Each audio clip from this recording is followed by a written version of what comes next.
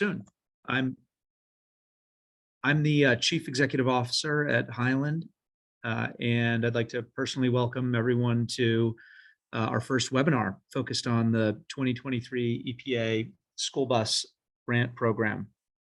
Since our inception about 4.5 years ago, Highland's commitment to helping school districts across the United States electrify their bus fleets would not have been possible without federal funding programs like the EPA Clean School Bus program.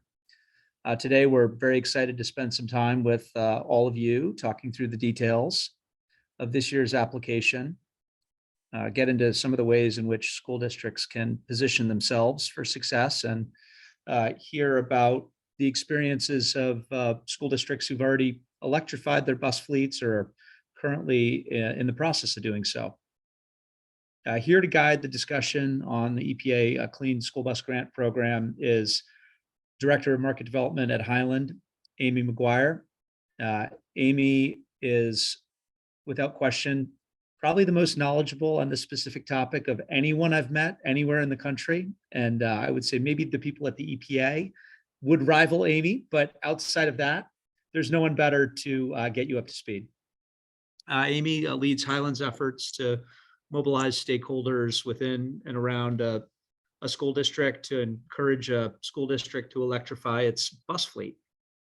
This includes community organizing, mass market education, policy advocacy, and major account sort of political support, as well as engaging with utilities, regulators, and legislatures around existing and potential future programs designed to support these efforts.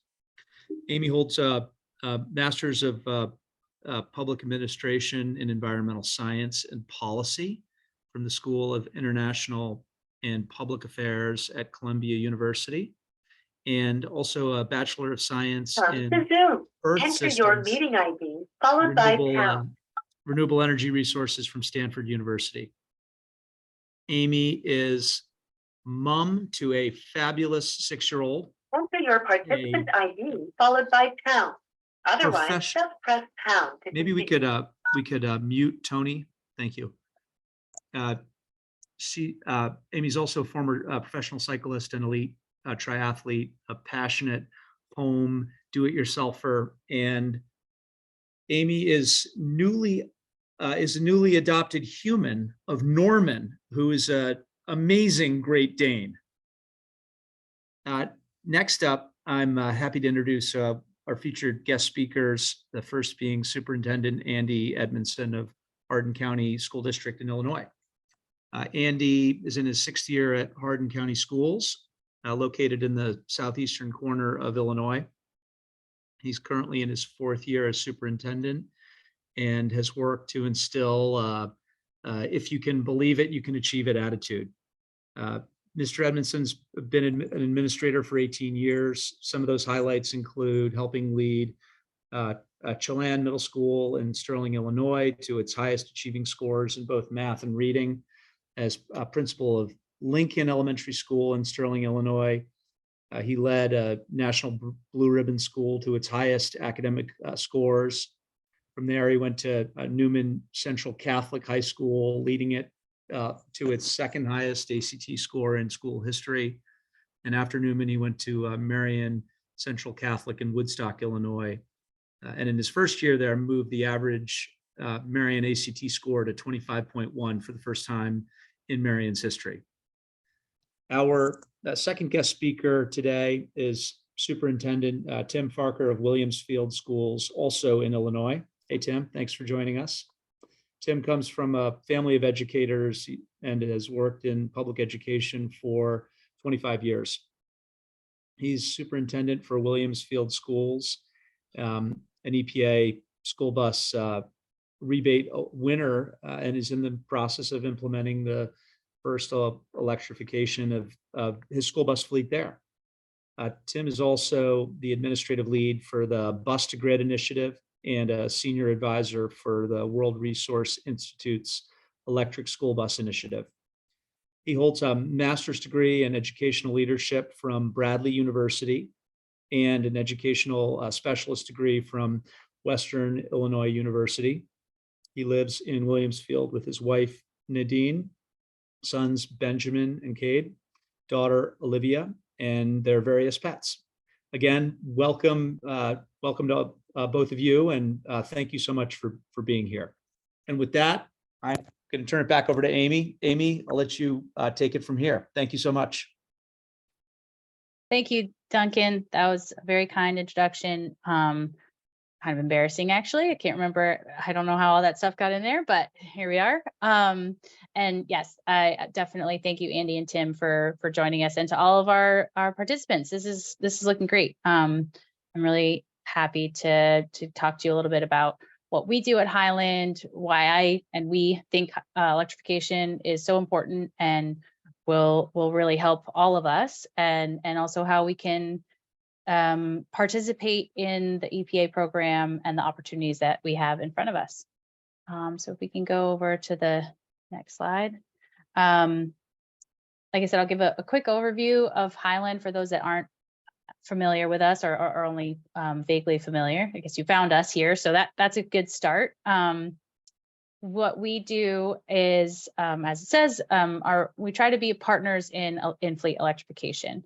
We have a number of different ways that we can do that, but the overall way that I think about it is that we are a fleet electrification service provider at the end of the day, and we want to provide the best service possible in helping school districts, in this instance, find what is the best pathway for them to electrify their fleets. And that's really working through all the different components that entails, from the vehicles themselves, but the charging, managing that charging, figuring out how to navigate the fueling process, which is of course different than what you're probably used to. So it comes in the form of electricity, and then looking at how to maintain these different vehicles over time. And our model is structured so that we create public-private partnerships that last through 10 to 15 years, and really, depending on the customer's choice, of course, manage just about everything you could think of, from conceiving of a project to going after grant funding, which is what we're going to focus on today, and then fully deploying a successful project that will ideally grow over time to a full fleet electrification. Next slide, please. And the reasons for what we do and why we exist, and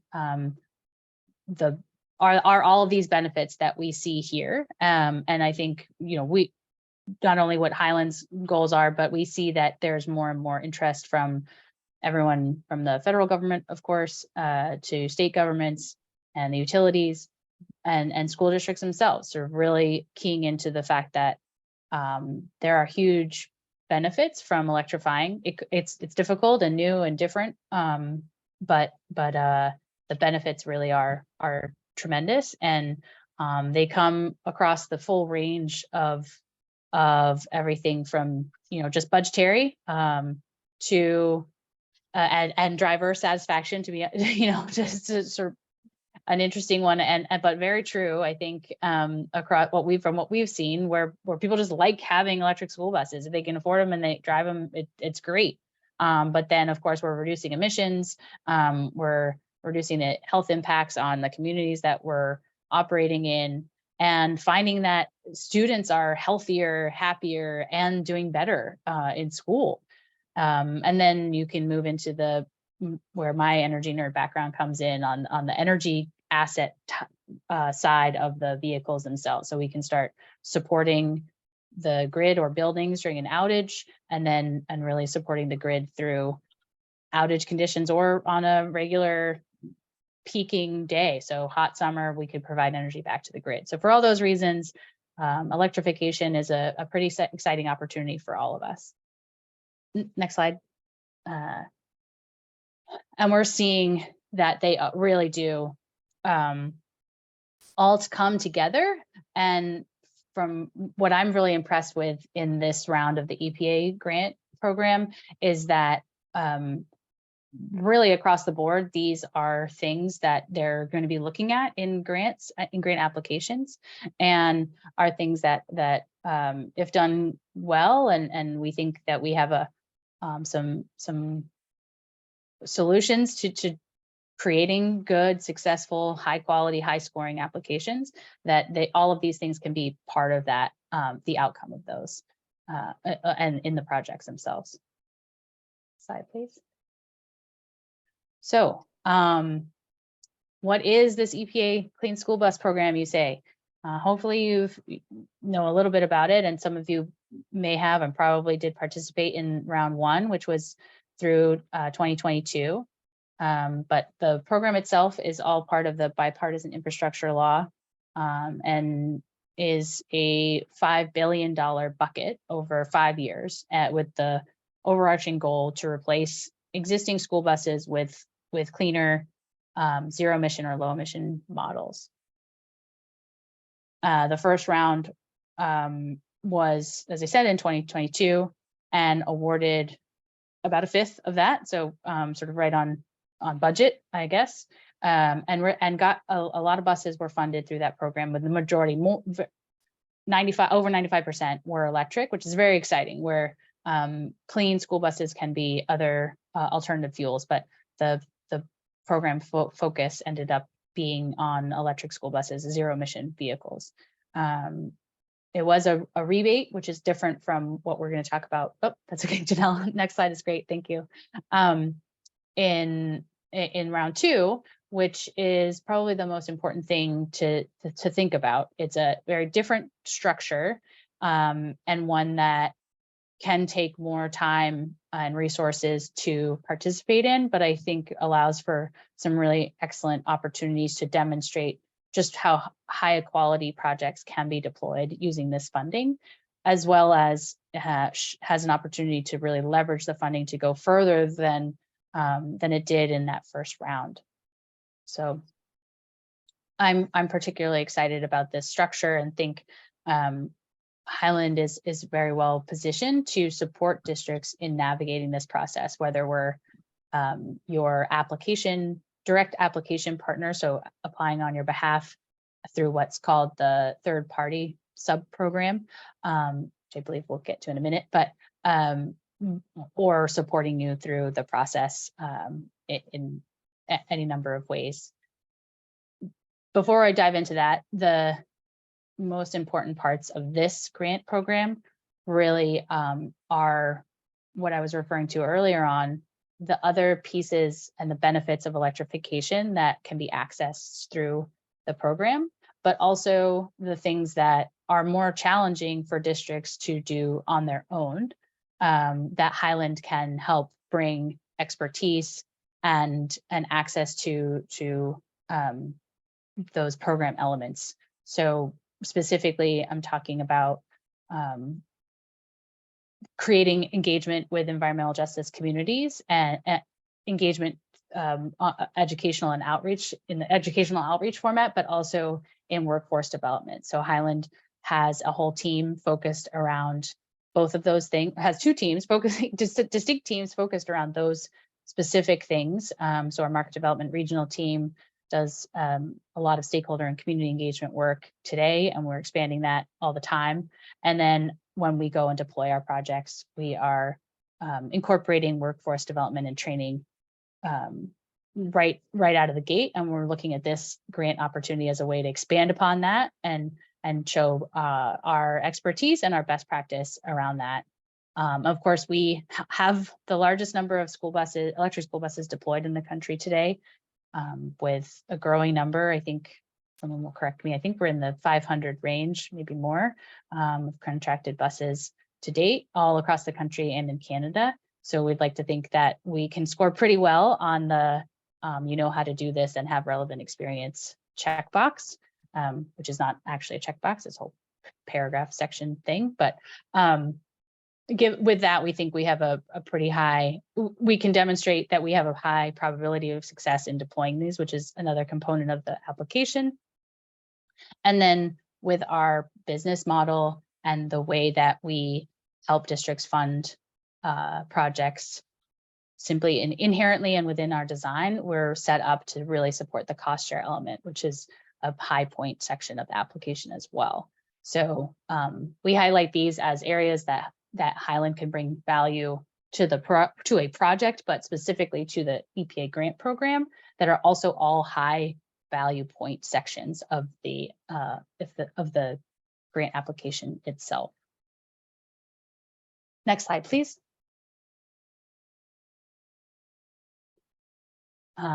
Oh, okay.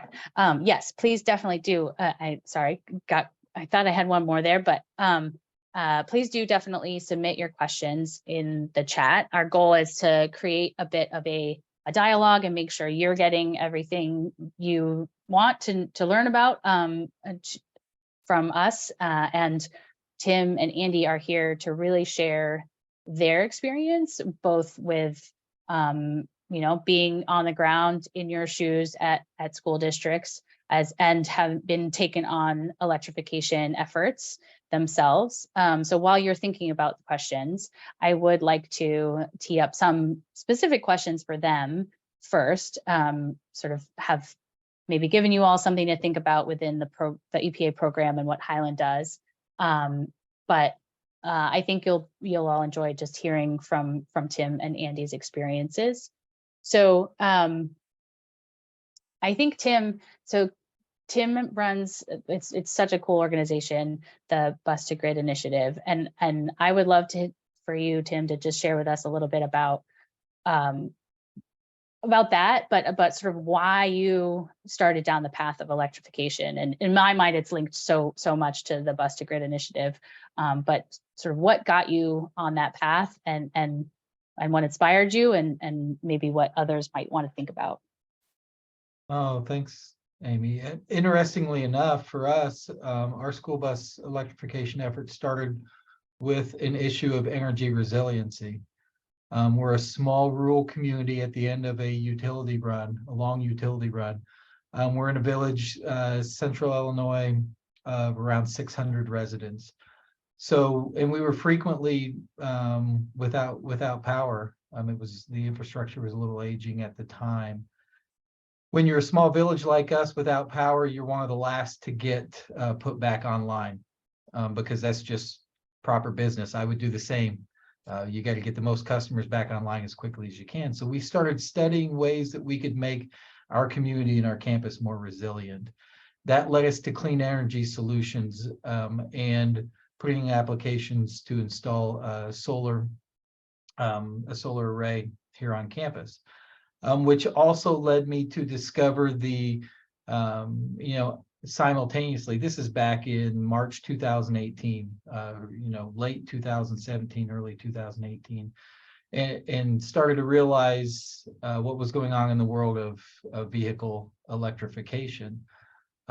Simultaneously discovered the energy storage capacity of a school bus battery, which, I mean, a lot of this was discovered by our kids as part of a project, and they built a community microgrid and included a lot of components. But what we learned throughout that process was that our school buses sit still 90% of the calendar year. And these big school bus batteries can be, so what we finally came to the conclusion of is we could get a little bit more value out of these assets. They're our second largest capital expenditure, our school bus fleet, behind our building and our campus. And yet we're using them 10% of the calendar year.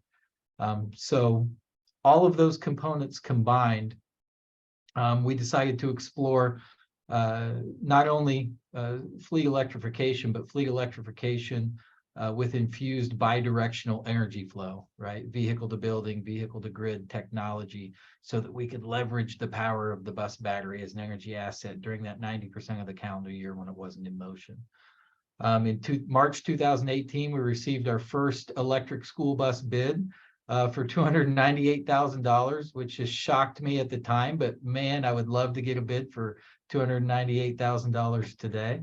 But Bluebird gave us our first bid, And we formed the Bus to Grid initiative at that time, knowing that we needed to leverage school districts around us and external funding opportunities if we were going to be able to electrify, and especially in a way that added resiliency to campus.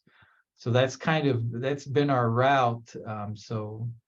For about 4 years now, I've been leading the Bus to Grid initiative, helping other school districts, including ours, put in grant applications so that we can afford to electrify in a way that supports campus resiliency and the expansion of clean energy. And I'm very happy to report that we were a lucky lottery winner in the fall with the EPA's Clean School Bus rebate program. We've got electricians out in the bus barn right now working to install our chargers, which are on site. We've got Lion Electric that we have a planning call with them on Thursday. Our delivery is in the queue, and knock on wood, we'll have all of our routes running electric buses on when school starts in the fall. That's so cool, Tim. Thank you. So Andy, I know you're friends with Tim. Did he just twist your arm, or how did it happen for you? You know, Tim and I are actually classmates in college, which is just crazy to think about. We're about 5 hours away from one another, but I think our demographics are pretty the same. I mean, pretty close.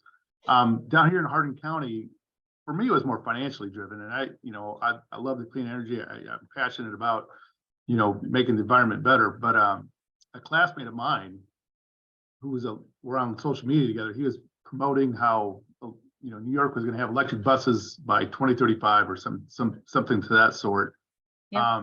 So I responded to him. I'm like, hey, what about rural Illinois? And how can they help us? So he put me in touch with Highland that very next day, and I think Highland was out the following day. So if that speaks to Highland's response of their service, I think speaks highly of them.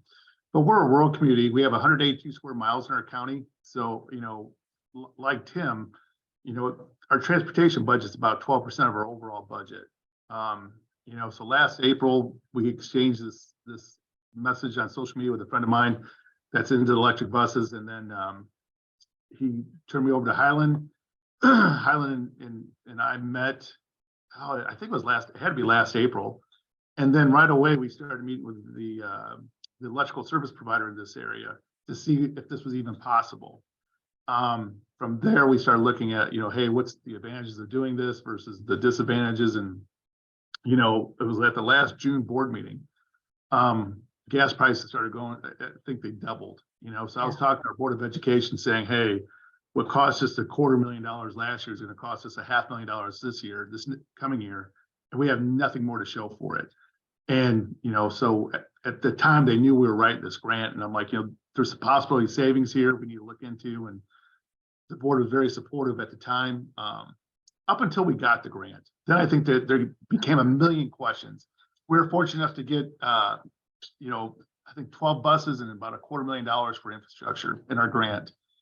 And once we got the grant, boy, the questions just came out of everywhere. And I hope today, there's a lot of questions out there, because I had to play stump the chump for about the first month and a half that we got this grant. And as Tim knows, that's easy for me to play that role, I guess.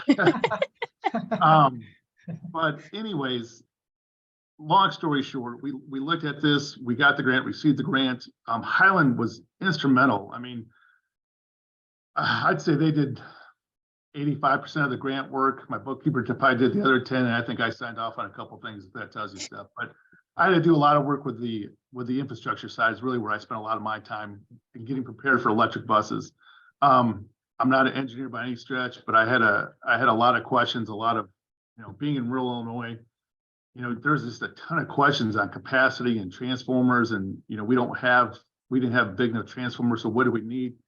When can we get it to make all this stuff happen? Right now we're in the queue to get our buses in the fall, which I'm excited about. The infrastructure is going in this summer.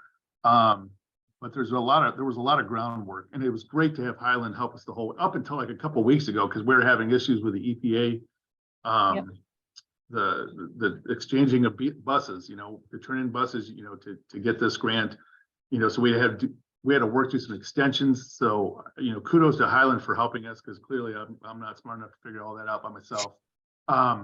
You just have a lot of other things going on, Andy. Yeah, you do juggle a lot, but it was great to have that support. And even my bookkeeper, who is my right-hand person, she would say that, hey, you guys definitely supported and made this whole process easy for us, which was important, because anytime you take on a new initiative where there's a lot of unknown, oh man, I mean, it's just like, how do you answer questions that really you've never prepared to answer for before? So, like I said, everybody was excited when we got the grant, but then it was like a million questions on once we got the grant, how's this all going to work? How's it going to play out? From financially all the way down to like the fire department, hey, if we have an emergency, how can we better respond to, there's something wrong with electric buses. So it's been definitely a community project, and it's been fun to see. It's nice to see it come to fruition. And if you guys have questions, by all means ask, because, going through some of that learning curve, as much as I can help you, I'd be happy to help you. Yeah. Thank you, Andy and Tim. I mean, I would love to dig in a little bit on that. I think that, like we said, this round is a little different. These two are lucky that lucky that they got in the EPA round one. And sort of, I was chuckling because it was hard enough to do that, and this is going to be a whole other ball game. I think that perhaps with that bigger lift, the questions might come sooner for folks in your all's position. So what kind of things did you have to help educate on or really answer to as you're working with the other decision makers in your communities? And Tim, I mean, you were early days, so I don't even know how you were able to swing that. So No, is what helped us is most of the research was done by our kids. yeah, right, of course. Yeah. Okay. It's a lot harder. It's a lot to harder say no to your students, or like, we know this stuff now, don't trick than me. it is to me. Yeah. So that's, I mean, we were, and the other thing is we just very, very fortunate to have a lot of colleagues and folks, just echo what Andy said, that they helped me along, and Highland Electric Fleets team included. But one of my big takeaways when we got our first 2 electric buses for neighboring school districts, this was a bus to grid initiative grant that we wrote. We got an electric school bus for Hollis and Pekin there in the Peoria area. First ride on an electric school bus. I mean, it's just like a big old electric golf cart. I mean, and you look under, and I have a little bit of a mechanical background, just, from backyard work growing up. But I mean, the simplicity of the design of a Type C electric school bus was it just made it an easy sell.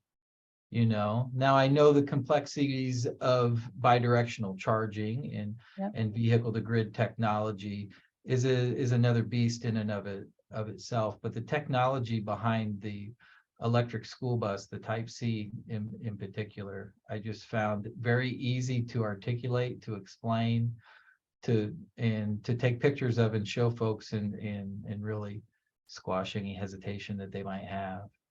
Yeah. Range is Amy, range is really the only issue that we run into question, Q&A as far as our community goes. And what we were able to articulate is our longest route is 40 miles. These buses come, off the rack with a range of 120. So for the lifetime of these buses, we have no hesitation with them being able to run our routes. Yeah. The question is, can we get to those long sporting events and back? And that's where we're working with our neighbors and our bus to grid partners in building out these networks where we can charge at each other's locations. So smart. Yeah. No, and that is I think you're right. It's a big hesitation for folks. Like, I just don't know if I'm going to be able to cover the ground that I need to cover, and I can't not pick up students. So, so understanding, and I think a lot of this, like, well, what about rural? That's people live far apart from each other. But yeah, even your routes are well within the range, and you probably don't even have to charge every day if you didn't want to cover your routes. Andy, did you have similar questions, additional ones? you range at faced? first was first a big issue, but like Tim said, once you, I mean, the routes have been run here forever. I mean, so people know how far they are, and once you do the math, it wasn't as big of a concern.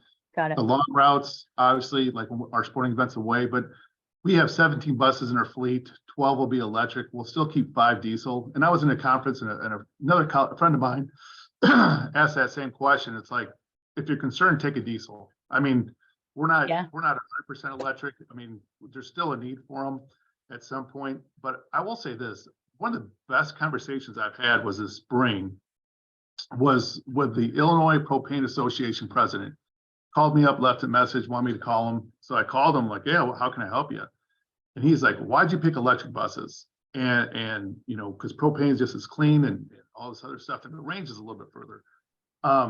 But the comment, when I went through and explained what like Highland had done for us, hey, they got the buses to turn in for us, helped us write the grant. They're with me when we did the infrastructure discussions and things of that nature. And then all the other things that kind of go with this. He just kind of said, and this is probably an hour-long conversation. He kind of stepped back and was like, yeah, we're not there. He's like, I need to take this back to my association, explain to them what we need to be doing to better support schools, because we're not even close to where, Highland is in this process. And that made me feel good, as if, obviously I made the right decision. But, it kind of tells you where people are at in the market. When I saw the 95% are picking electric buses, I understand why that is, and I think the propane people are trying to figure out, how do we get to where they're at or something like that, because just from that one conversation, you could tell that, they're trying to figure it out, but they're not there. And there was a lot to figure out. That's the other side of the conversation, because there's just a lot. I mean, there's a lot of different layers that you have to go through and do. But I mean, someone like me can figure it out. Clearly, anybody else can figure it out. I have a lot of confidence in the people out there in these positions. So, Wonderful.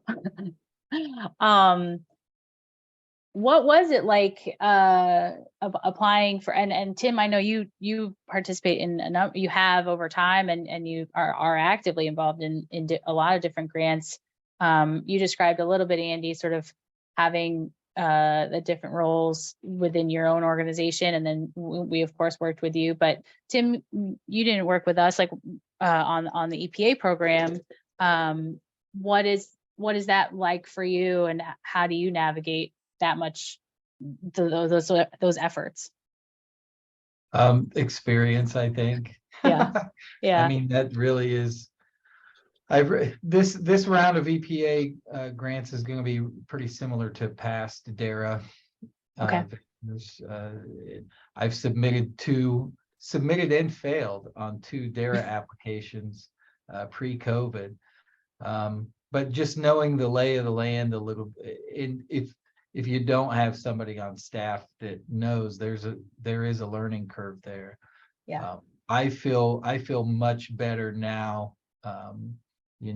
As I help our Bus to Grid, members navigate this round of EPA after failing at 2 attempts at the DARA grant, I feel a lot more familiarity with it, because there's a significant amount of complexities that go along with all of the components and the various criteria that they're looking for in the NOFO. So anybody that, if you don't have somebody with experience, try and get somebody to help you that has some, because you don't want to miss out on any of the funds due to losing a few silly points on the evaluation criteria. Yeah, no, that's very fair. There is a bit of, as you say, a learning curve, and just knowing the ins and outs of what they're looking for and how to demonstrate that you do meet it. Because that's half the battle, right? Is you're maybe very well qualified. It's just expressing it and doing it in the way that resonates. To that point, Amy, I want to emphasize, this is something, and this because you and I have talked about it. But a key component of this application, you're going to, I think, a key component is an applicant's going to have to show that they can leverage additional external funds. Yeah, I think that's going to be a differentiator on this round of funding. if you can show that you're going to leverage additional external funds within your grant application and stretch these grant dollars into more electric buses on the ground in your community, you're going to get scored favorably. I mean, that's just the way the evaluation criteria is written up. And that to me that's when I saw that, the realization of the value add from the Highland Electric Fleets team is real, because that's kind of the model. The Highland Electric model Yeah. is, Yep. let's leverage some additional private funds to get more electric school buses and stretch these grant dollars as far as we can. Yeah. And I think from your past experience, you've looked for dollars here, there, and everywhere. It's no easy task. So finding those funds to leverage is in itself a task, let alone completing the application. Yeah. I want to emphasize too, I'm not a Highland Electric Fleets customer. Yeah, no, that's true. Yeah, I just see the value. I think Andy was smart in what he did for his district.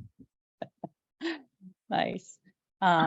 Anything else you wanted to say on the application process, Andy? I know you gave us a little bit of insight, but You know what, honestly, it was, I mean, there's questions at first, but you know, I just piggybacked off of Highland. I mean, you're my support. I mean, I don't want to promote Highland, but you know, without you, definitely, I want to be in this position to move forward.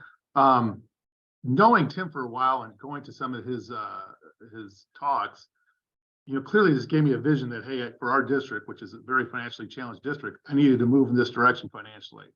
And so the savings that we get, and I love talking about this, is, you know, we're going to save about $120,000 a year by going to electric buses. And you know, when I hear about leveraging dollars in this next grant, and partnering and having partnerships, I know that we worked with Highland to make that graph work, so I could show our community, I could show our stakeholders, I could show other people that are going down this route that there is actual savings. And then the fact that we're putting a cost, we know what our cost is going to be for the next 12 years, you know, so when you have a spike in gas prices and things like that, you know, not enough is said about those things. You know, when I hear other superintendents complaining about, hey, our transportation budget's gone through the roof. Well, you know, part of it, you should have known that because gas prices doubled, but at the same time, you know, what are you doing about it? And I think you guys were there to help us. And if you talk about leveraging dollars, I think that's a great way to look at that, you know, for future, to support you in your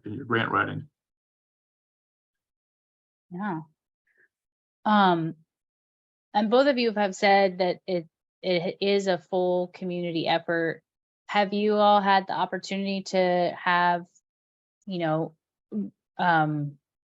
direct community engagement and sort of more education? I know, Tim, that the students you've emphasized that they really drove it. Do you see that continuing as part of the overall community experience of the electrification, and how are you going to do that? No, absolutely. It's part of our local vernacular. I went home for lunch today and I had one of my neighbors stop me on her four-wheeler asking me what I was going to do with these diesel buses when the new electric ones come in. So, I mean, it's kind of a buzz about town. And I mean, our solar array is very visible on campus. It's very well known. I think we've got some folks that are cautious still, but we've got a lot of optimism now. A lot of optimism out there, and it's really, you know, I can't emphasize it enough. In our community, it's driven by our kids. I want to make sure that I emphasize too, Andy made this point earlier, the operational savings are real. Yeah. You know, for us, we're very, very fortunate that in Illinois, we have renewable energy credits that allow us to have a power purchase agreement and a solar array on site. We have a partnership with IEC Powered by Future Green, which is the Bus to Grid initiative is now a service of. So now we, you know, not only can we school districts work with Highland Electric Fleets as a partner, but work with IEC Powered by Future Green to install solar arrays on campus so that the electricity that is fueling the buses is not only clean, but it's more affordable. We estimate that we will next year, when our electric buses go live, we will save 90% in operational costs, you know, from an energy standpoint. When we look at ourselves pre-solar and diesel versus post-solar and electric school buses, it's a difference of 90% in operational costs, which for a small district like mine and Andy's, I mean, that's money, that's dollars for the classroom, and it's real. Yeah. No, that's super exciting. Hey, and I want to jump in real quick. Amy, this is Haj. I also hey, want Haj. to, hey, I want to just point out that anyone who wants to do electric buses and needs to cover the cost share, if they pair that with the addition of a solar array, Econergy/IEC Powered by Future Green will also kick in funds to help you cover that cost share. So just to let you guys know that. Thanks, Haj. Yeah, I was sort of similar vein. Yes, we're great partners with IEC Powered by Future Green and really hoping to leverage that. Or it's in fact planning to use that, because in this EPA round, there is an opportunity to incorporate things like renewable energy and generation and microgrid creation within your project. So that's what I mean when, you know, the rebate opportunity was great, and this grant really lets you step it up a notch and do a lot more for your district, and having some partners that can help you navigate that and really accelerate something that you may already have been interested in but sort of not quite sure how to get going. Yeah, we're excited to be able to bring all of that to bear, not just with from the bus side, but as Haj said, with some with clean energy as well. Awesome. I want to see if anyone else, you can put questions in the chat, but you know, I love just chatting with these guys, but want to make sure we're answering them, but feel free, as Haj did, to hop in and let us know what you're thinking about, what you're seeing as either exciting opportunities or sort of the things that are making you hesitate at the moment with the EPA grant or electrification overall. We would love to hear your thoughts. Amy, I did receive a anonymous question, if you want. Okay. Yeah, let's start there. Thank you. Okay, so the question is, we are considering building a new bus depot. What should we anticipate if we want to switch to predominantly electric vehicles in the future? Charging stations, reducing the number of bays, fuel maintenance, all of that. Okay. I certainly have some thoughts, but I feel like Tim, this might be up your alley. And I see you grinning, so I'm going to say that's a yes. Oh yeah, I think my answer is the same as probably yours, Amy. If you're building a new bus barn now, plan for full fleet electrification. I mean, that's what you plan for.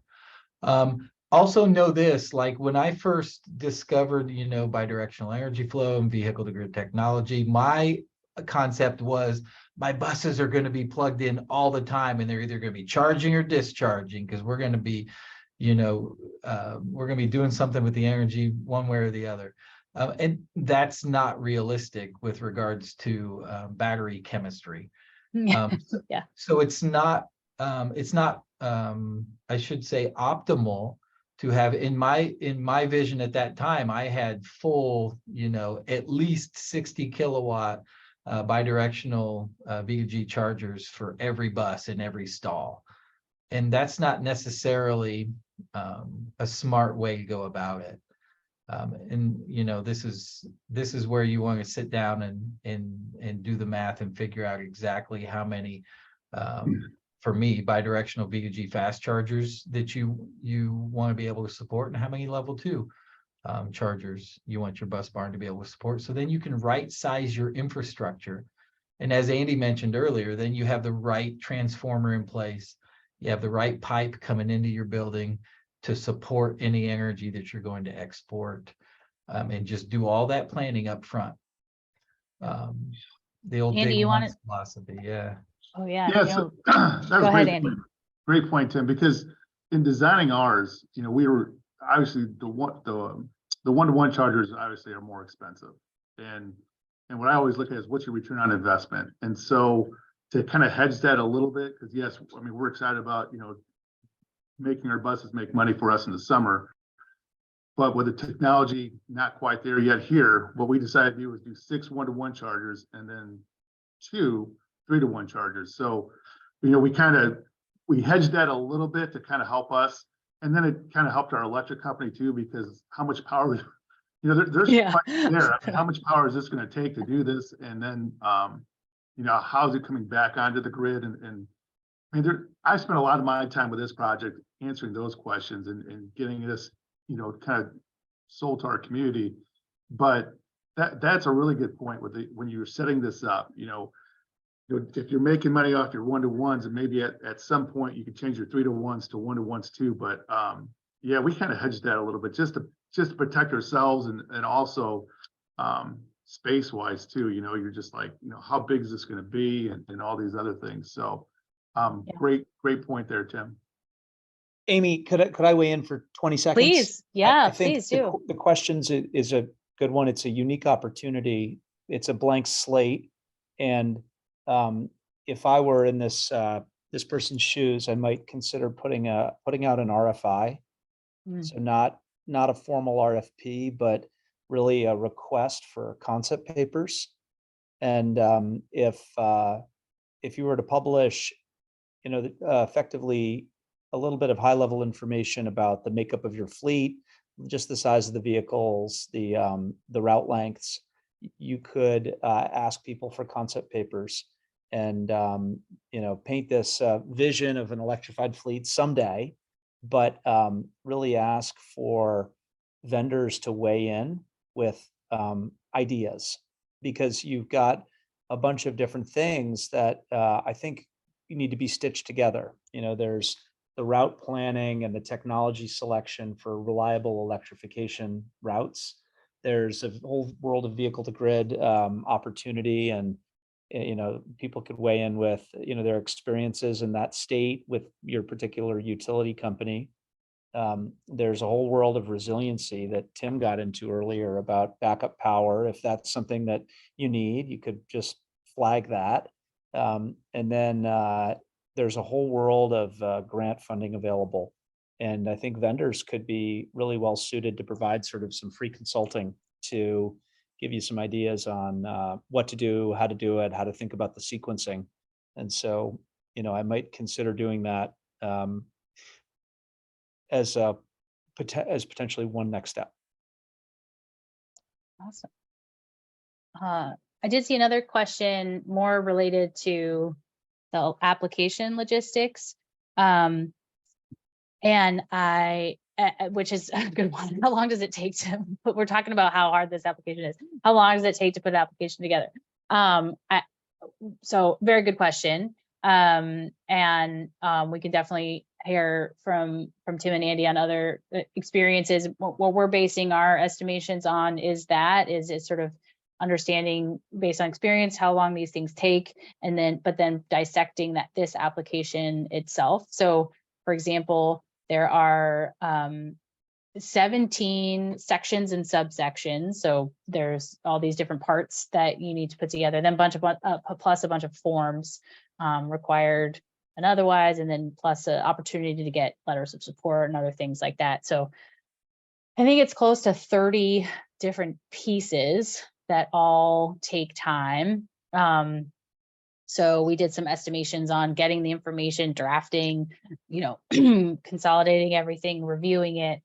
And my math puts it at like, if you're bold and can think you're going to crank right through it, it's maybe 76 hours just for that. And then maybe add in a buffer of closer to 100 hours for one application. So definitely when I did the breakdown, it was a little bit scary. I wasn't sure when I was going to find 100 free hours, but it's just something to think about with as you're working through it, that's significant time and resources for a district. And then so thinking about having a partner really support you on that may be valuable in itself, because you maybe don't have an extra 100 hours in your staff time. So I don't know, Tim or Andy, do you have thoughts? Yeah. My No, to math that- seem good to you? To that point, I would estimate I have about 16 in and I haven't written anything yet. Or I haven't requested anything from anyone yet. So no, you're probably, I prefer not to look at it that way. Sorry, Tim. We're here if you need help, you know that. Exactly. Yeah, I can't say I have that many hours, because you guys obviously supported us, so. I spent a lot of the time with a grant, basically, with a contract language and things like that, with our attorneys and, things of that nature, but, I mean, I don't know who said this, but there's a lot of different layers, and that does take time, and for me not directly writing the grant, at least 20 hours, yeah, easy, and that's not even including meeting with the electric companies and all the other people that are gonna make this work, so there is a little bit of work there, but put a dollar amount on it. I think of what it's saving our district. It's like, wow, it was a no-brainer, absolutely no-brainer for us to do that.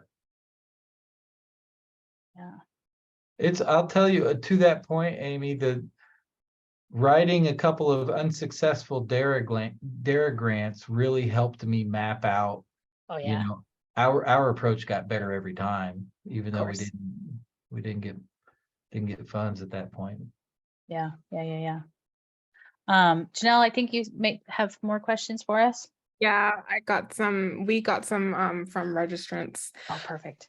So what is the full cost of one electric bus and one charging station? And how much of these costs will the school district absorb per bus, along with the other required support costs? Please provide an example for each bus class. Oh, man. Okay. That's a very good question and a really hard one. Not because we don't, amongst us, we've all looked at the numbers quite closely. I think for me, what I think about is, there's one thing to think about the bus itself and the charger itself. And then the question asker did rightly sort of add in what other support costs are they, and they can range so broadly. So whether you're thinking about your energy sources, as we were referring to with Hardin and ISC Future Green, that's one path, but are you doing a utility? So and then do you have software? Are you managing your fleet? Are you incorporating maintenance and sort of planning for that? So we'll try to maybe simplify and sort of yeah, I don't know. It's hard to answer that very precisely. I think we can give it a go.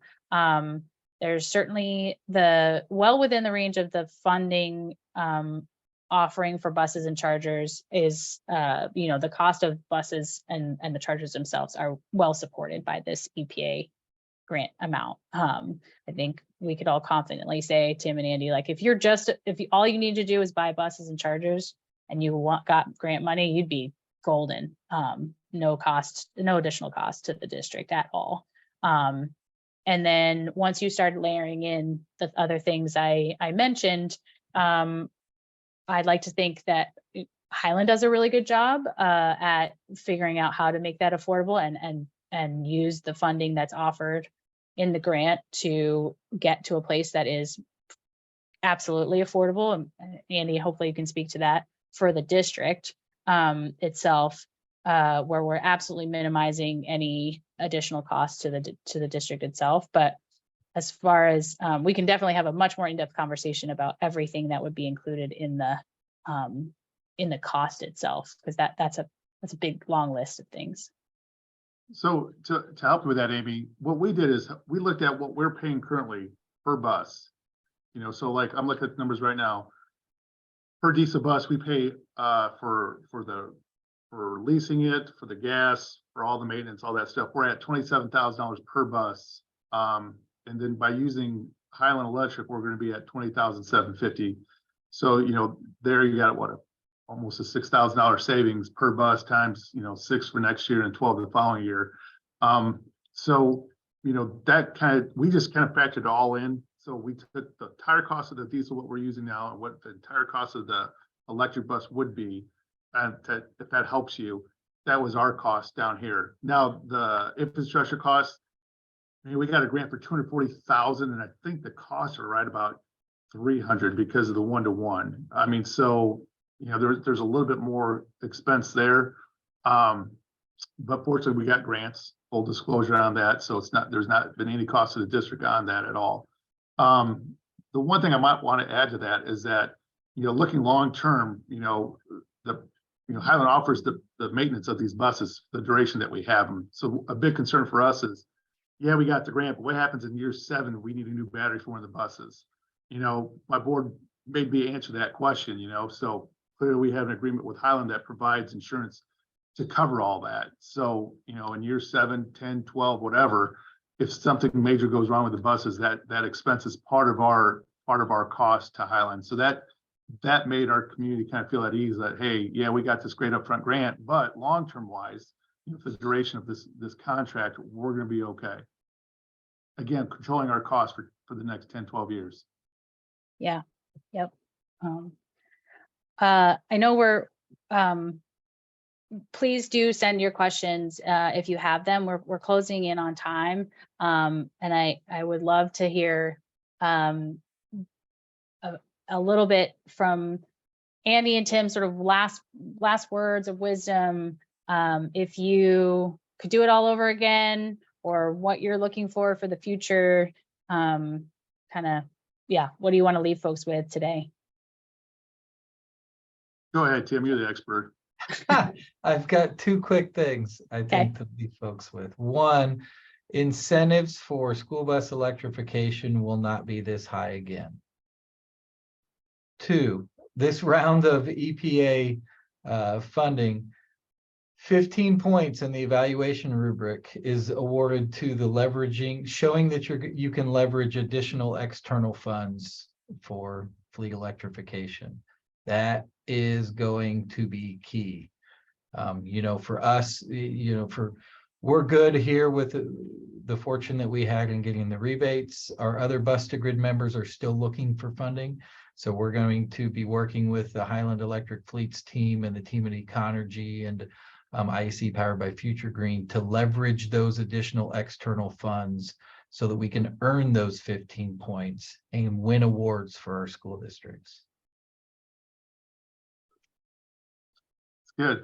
I think my takeaways are you know, I don't want to belabor this, but again, our cost savings to our district, you know, to me, it puts money back in our classrooms, you know, whether it be teachers, technology, whatever. That was huge for us.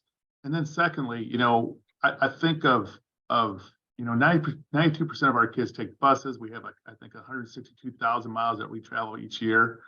You know, without, you know, being too one way or the other, I love the fact, and Tim said this earlier, when you're on an electric bus, man, it's just night and day difference. I mean, it's cleaner, it's quieter. I mean, you have to have that experience to really know.